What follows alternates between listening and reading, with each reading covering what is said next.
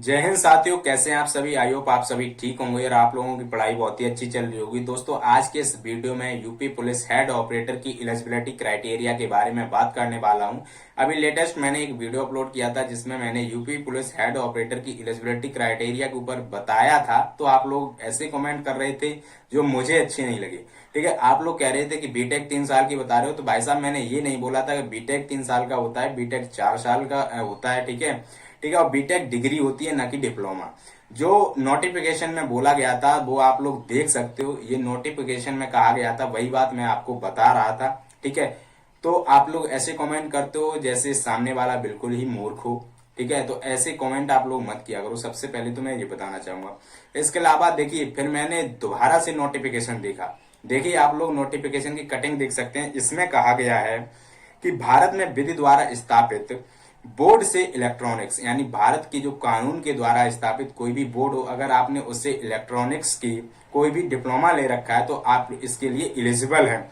इसके अलावा इसमें कहा गया कि यदि आपने टेलीकम्युनिकेशन के अंदर कोई भी डिप्लोमा लिया है तो इसके लिए आप एलिजिबल हैं। और अगर आपने इलेक्ट्रिकल से कोई डिप्लोमा लिया है तो भी आप एलिजिबल हैं।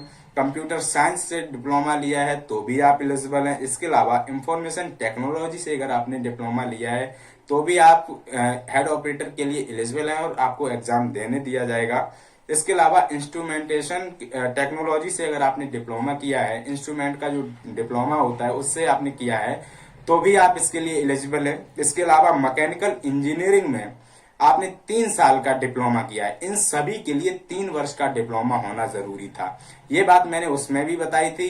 हालांकि मैंने इतना डिटेल्ड में नहीं बताया था, मैंने डायरेक्ट बोल दिया था, तो आप लोग नहीं समझ पा रहे थे, तो फालतू के कमेंट किए जा रहे थे। ठीक है, तो ऐसा मत किया करो। तो इसमें बोला गया था 3 वर्षीय डिप्लोमा आपके पास होना चाहिए। इसके अलावा पीछे बोला गया था अथवा करके। ठीक है, नोटिफिकेशन में आप देखो अथवा करके बोला गया है, सरकार द्वारा उसके समकक्ष मान्यता प्राप्त कोई परीक्षा उत्तीर्ण की हो जो इलेक्ट्रिकल के अंदर हो। ठीक है, इसके अलावा कंप्यूटर साइंस के अंदर हो, कोई भी आपने सरकार द्वारा मान्यता प्राप्त किया हो। तो क्या बीटेक सरकार द्वारा मान्यता प्राप्त किया हुआ नहीं है?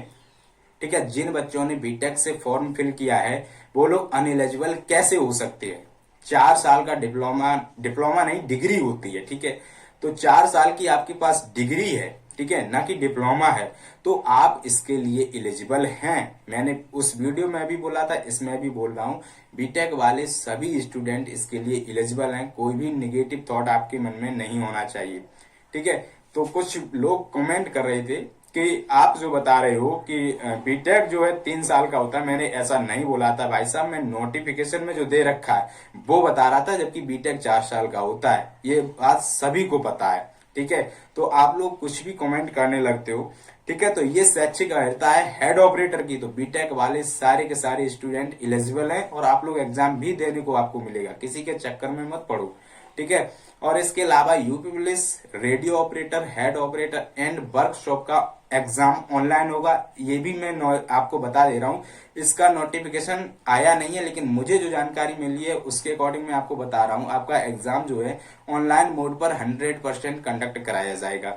ठीक है, तो ऑनलाइन मोड आपका रहने वाला है। इसके अलावा एक और कमेंट कि इसका एग्जाम कब तक होगा, तो मैं पहले भी बता चुका हूं, अभी भी बता रहा हूं कि आपका एग्जाम दिसंबर में कंडक्ट कराया जाएगा।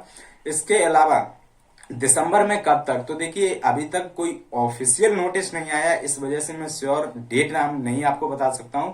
लेकिन 5 दिसंबर के बाद कभी भी आपको ये सूचना मिल सकती है कि आपका एग्जाम इस दिन को कंडक्ट कराया जाएगा। ठीक है, 5 दिसंबर के बाद मैं श्योर हूं, और ना मैं कहीं जा रहा ना आप देख लेना 5 दिसंबर के बाद। ठीक है, तो बिल्कुल भी निगेटिव कमेंट मत किया करो, मेरे को बिल्कुल भी अच्छा नहीं लगता है। ठीक है, अगर आप लोग नेगेटिव कमेंट करोगे तो अपने बिहेवियर का पता, आपके बिहेवियर का पता चलता है कि आप कैसे हैं।